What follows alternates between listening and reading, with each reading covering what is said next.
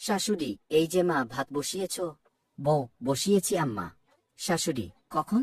বউ, আধা ঘন্টা আগে। শাশুড়ি, তাই নাকি? তাহলে এখনো চাল সাঁতার কাটছে কেন? বউ, কারণ আপনার প্রশ্ন শুনে ভাতও ভয় পেয়ে গেছে।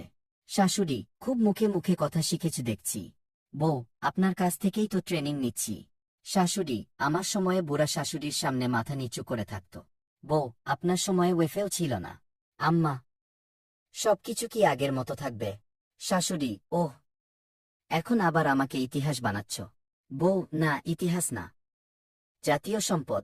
শাশুড়ি, আমি জাতীয় সম্পদ? বউ, অবশ্যই। আপনার উপদেশে পুরো পাড়া চলতে পারে। শাশুড়ি, তাহলে আমার কথা শুনে কাজ করো না কেন? বউ, কারণ আপনার উপদেশ প্রতিদিন আপডেট হয়। গতকালের নিয়ম আজ অবৈধ। শাশুড়ি, আহা, আমি তো শুধু সংসারটা ঠিক রাখতে চাই। বউ, আর আমি চাই সংসারটা আদালত না হোক। শ্বশুর, পাশ থেকে, তোমরা দুজন 5 মিনিট চুপ থাকলে আমি জাতিসংঘে শান্তি পুরস্কারের আবেদন করব। শাশুড়ি, তুমি চুপ? বউ, হ্যাঁ আব্বা, এটা সিনিয়রদের ম্যাচ।